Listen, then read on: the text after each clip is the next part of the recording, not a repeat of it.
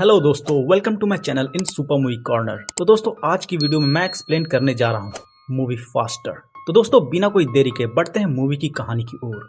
तो कहानी की शुरुआत में हम एक कैदी को देखते हैं जिसका नाम कैलन होता है और उसे 10 साल बाद जेल से बाहर निकाला जाता है। और जब वो वहाँ के जेलर के पास पहुँचता है तो वह जेलर उसे उसकी अच्छी बिहेवियर की वजह से जेल से रिहा कर देता है। जेल से छूटने के बाद कैलन वहाँ से दौड़ते हुए एक जंक यार्ड के पास पहुँचता है और वहाँ पहुंचकर एक 1970 का मस्टैंग कार को लेकर निकलता है जिसमें कुछ डॉक्यूमेंट, गन और कुछ नामों की लिस्ट होते हैं। कैलन वहाँ से अपने गाड़ी को लेकर निकलता है और एक सेल मार्केटिंग ऑफिस के सामने रुकता है और वहां जाने के लिए बड़ी तेजी से रोड को क्रॉस करता है और उस ऑफिस में घुसता है और वहां पर पहुंचकर एक आदमी को बिना कोई देरी के सीधे उसके सिर पर गोली मार देता है और वह उतना ही तेजी से वहां से चला जाता है। उसके बाद हम एक पुलिस ऑफिसर को देखते हैं जिसे नशे की गंदी लत लगी होती है और वो अपने ड्रग्स लेने के लिए एक ड्रग डीलर के पास पहुंचता है और उस ड्रग्स को इंजेक्शन के थ्रू अपने बॉडी में डालता है। जिसके बाद वो पुलिस ऑफिसर उस वारदात वाली जगह पर जाता है जहाँ कैलन ने उस आदमी को गोली मारा था और उसका सामना एक सोनो नाम की डिटेक्टिव से होता है जो उसे इस केस से दूर रहने की सलाह देती है क्योंकि इस केस की छानबीन करने का जिम्मा उसे ही मिला था। मगर वो पुलिस ऑफिसर बताता है कि उसे सीनियर ऑफिसर से बात हो चुकी है और वह भी इस केस की छानबीन उसके साथ करेगा।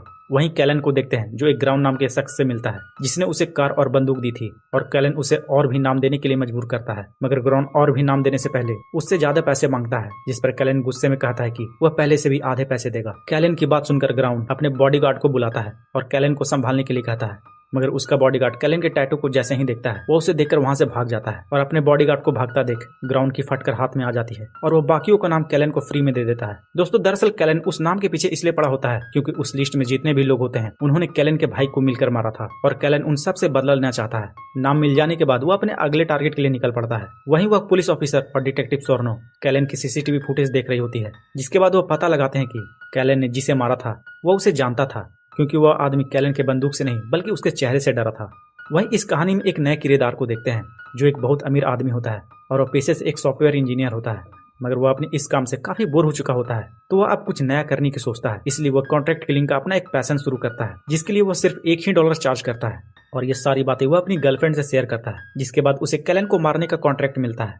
उस कॉन्ट्रैक्ट के मिलने के बाद वह कैलन को मारने की अपनी पूरी तैयारी करता है और अपने काम को अंजाम देने के लिए निकल पड़ता है और एक बिल्डिंग के सामने रुककर कैलन का इंतजार करता है और आते जाते लोगों पर नजर रखता है। वहीं डिटेक्टिव सोर्नो को देखते हैं जो पुलिस ऑफिसर हमफ्रीज के साथ बैठकर कैलन की वीडियो फुटेज देख रही होती है और उस वक्त वह हमफ्रीज को बताती है कि दरअसल कैलन का एक हिस्ट्री था। उसने एक बार बैंक रॉबरी को अंजाम दिया था और हम उस घटना को देखते हैं जब कैलन अपने भाई के साथ बैंक रॉबरी में साथ दे रहा था जहां कैलन गाड़ी को काफी कलात्मक तरीके से चलाता है और रॉबरी करके पुलिस को चकमा देकर भाग जाता है। रॉबरी करने के बाद कैलन और उसका भाई घर पहुंचते हैं तभी उन पर दूसरे गैंग के लोग द्वारा हमला किया जाता है और वह सभी कैलन के भाई को मारकर सारे लुटे हुए पैसे भी ले लेते हैं। इस फुटेज को देखकर डिटेक्टिव सोर्नो उस इन्फॉर्मर को कोसती है जिसने ये घटिया काम किया था।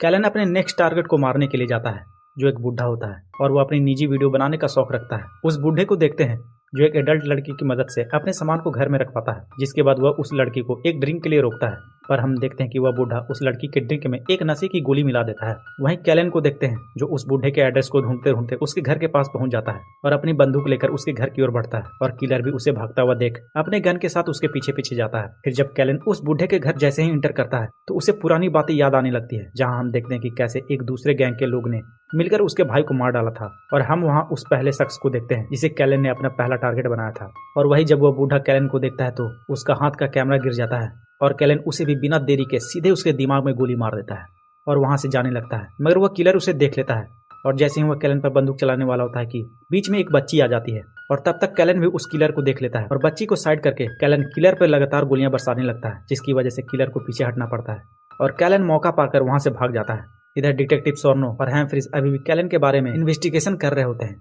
जहां उन्हें पता चलता है कि कैलन को जब गोली लगी थी तो वह गोली उसके सर से निकलकर गाल की ओर पार हो गई थी जिसकी वजह से वह बच गया और उसके दिमाग को एक मेटल प्लेट से जोड़ दिया गया और वह अब उन सबको एक एक करके मारेगा जो इस वीडियो में थे। और अब तक कैलन उस वीडियो में के 2 लोगों को निपटा चुका था। वहीं हमफ्रीज जब अपने घर पहुंचता है तो उसकी बीवी उस पर चिल्लाती है क्योंकि उसने अपनी बीवी से वादा कर रखा था कि वो अपने बेटे को बेसबॉल गेम के लिए ले जाएगा जिसके लिए उसे देर हो गई थी। मगर वो अपनी बीवी से माफी मांगकर अपने बेटे को बेसबॉल गेम के लिए ले जाता है और रास्ते में उसे कॉल से एक इन्फॉर्मेशन मिलती है कि किसी ने शहर में एक और घटना को अंजाम दिया। जिसके बाद हमफ्रीज उस बूढ़े के घर जाता है और डिटेक्टिव सोर्नो से मिलता है और वहाँ उसे पता चलता है कि वह बूढ़ा लड़कियों की अश्लील वीडियो बनाया करता था और उसे भी कैलन ने ही मारा है। और साथ ही साथ उन सबको उस तीसरे कॉन्ट्रैक्ट किलर के बारे में भी पता चलता है। वहीं किलर को देखते हैं जो कैलन के बारे में अपनी गर्लफ्रेंड को बता रहा होता है कि वह कितना तेज है और उसमें किसी से बदला लेने के लिए जोश भरा हुआ है। और इसके बाद वह अपनी गर्लफ्रेंड को शादी के लिए प्रपोज करता है। इधर कैलन एक होटल में रात बिताता है और अगले दिन होने पर अपने दूसरे टारगेट के लिए निकल पड़ता है, मगर उससे पहले वो अपनी पुरानी गर्लफ्रेंड से मिलने जाता है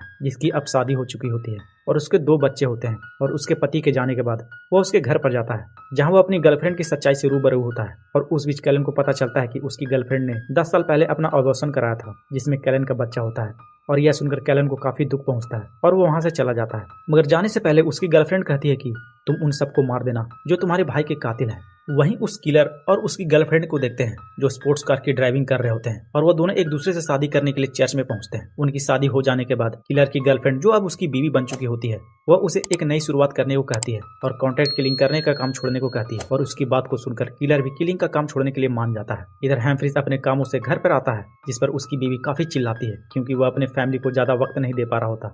और उसकी बीवी को यह भी पता चल जाता है कि वह अभी भी ड्रग्स लेता है, जिसके बाद वह उससे उसका ड्रग्स मांगती है। इधर कैलन को देखते हैं जो अपने अगले टारगेट की ओर बढ़ता है और वह एक नाइट क्लब के बाहर अपनी कार लगाता है जहां से उसे अपना टारगेट दिखता है और उसका टारगेट उस नाइट क्लब का एक बाउंसर बन चुका होता है। कैलन उस बाउंसर का पीछा करते हुए उस क्लब के वॉशरूम में जाता है जहां उस बाउंसर की कैलन से मुलाकात होती है और वह बताता है कि वह उसका ही आने का इंतजार कर रहा था। और कुछ देर में उन दोनों के बीच लड़ाई हो जाती है, मगर वह बाउंसर कैलन के हाथों काफी आसानी से मारा जाता है। मगर मरने से पहले वह बाउंसर उसे अपना फोन देता है और कैलन से अपने बेटे को सॉरी का मैसेज भेजने को कहता है।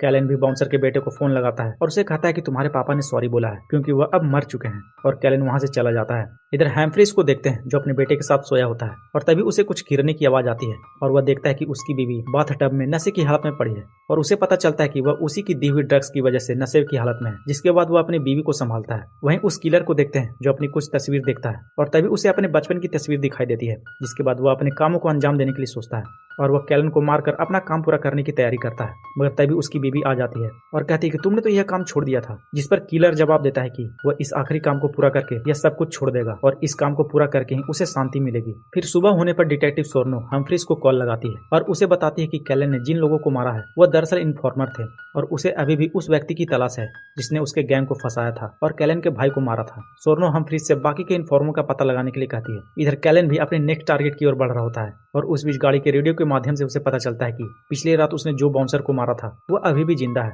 और उसका ट्रीटमेंट हॉस्पिटल में हो रहा है। और यह सुनते ही कैलन अपना कार शहर की ओर घुमा लेता है और उस बाउंसर को मारने के लिए चल पड़ता है। इधर हैम्फ्रीज भी हॉस्पिटल पहुंच जाता है क्योंकि उसे पता होता है कि कैलन बाउंसर की न्यूज सुनकर वहां जरूर आएगा। कैलन हॉस्पिटल पहुंचकर अंदर जाता है और उस बाउंसर को कई सारी गोलियां मारकर इस बार सच में मार डालता है। गोलियों की आवाज सुनकर हम्फ्रीज कैलन का पीछा करता है और आगे जाकर कैलन और हम्फ्रीज के बीच थोड़ी बहुत गोलीबारी होती है और उस दौरान गोली चलने की वजह से शॉर्ट सर्किट हो जाता है जिससे वहां अंधेरा हो जाता है। वो ऑफिसर कैलन को ढूंढने के लिए आगे बढ़ता है, मगर अचानक से कैलन उसके सर पर बंदूक रख देता है जिससे हम्फ्रीज काफी डर जाता है। मगर कैलन हम्फ्रीज को मामूली ऑफिसर समझकर छोड़ देता है और वहां से चला जाता है। मगर वहां से निकलते हैं उसके पीछे अब किलर पड़ जाता है और उन दोनों में थोड़ी बहुत गोलीबारी चलती है और किलर की एक गोली कैलन की गर्दन को छूकर निकल जाती है। मगर कैलन किलर की टायर को पंचर करके वहां से किसी तरह भाग जाता है। कैलन वहां से निकलकर एक घर पहुंचता है और चुपके से एक बूढ़ी औरत के कनपट्टी में बंदूक रख देता है और पूछता है कि बूढ़ा कहाँ है। दरअसल वो बूढ़ी औरत उसकी माँ होती है और वो अपने पिता के बारे में पूछता है, जिस पर बूढ़ी औरत बताती है कि वो 3-4 साल पहले ही मर चुके हैं। कैलन अपनी माँ से कहकर अपने पिता पर आरोप लगाता है कि उन्होंने उसके भाई को मरवाया है क्योंकि उन्हें पैसे में बराबरी का हिस्सा चाहिए था। तभी उसकी माँ बोलती है कि तुम्हारे डैड तुमसे ज्यादा तुम्हारे भाई से प्यार करते थे। जिसके बाद कैलन की आंखें भर आती है और उसकी माँ उसके जख्मों पर टाके लगाती है।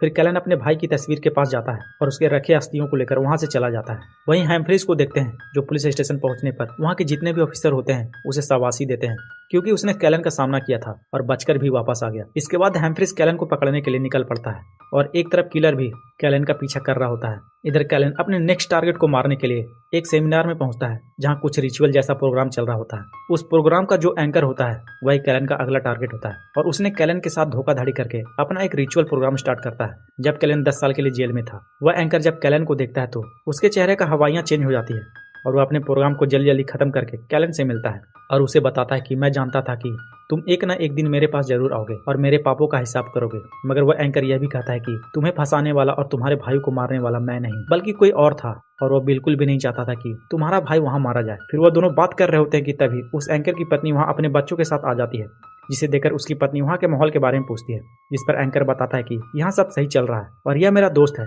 जो कई साल बाद मुझसे मिलने आया है। और इसके बाद कैलन और एंकर टेंट से बाहर आते हैं और वह एंकर अपनी घुटनों के बल बैठ जाता है।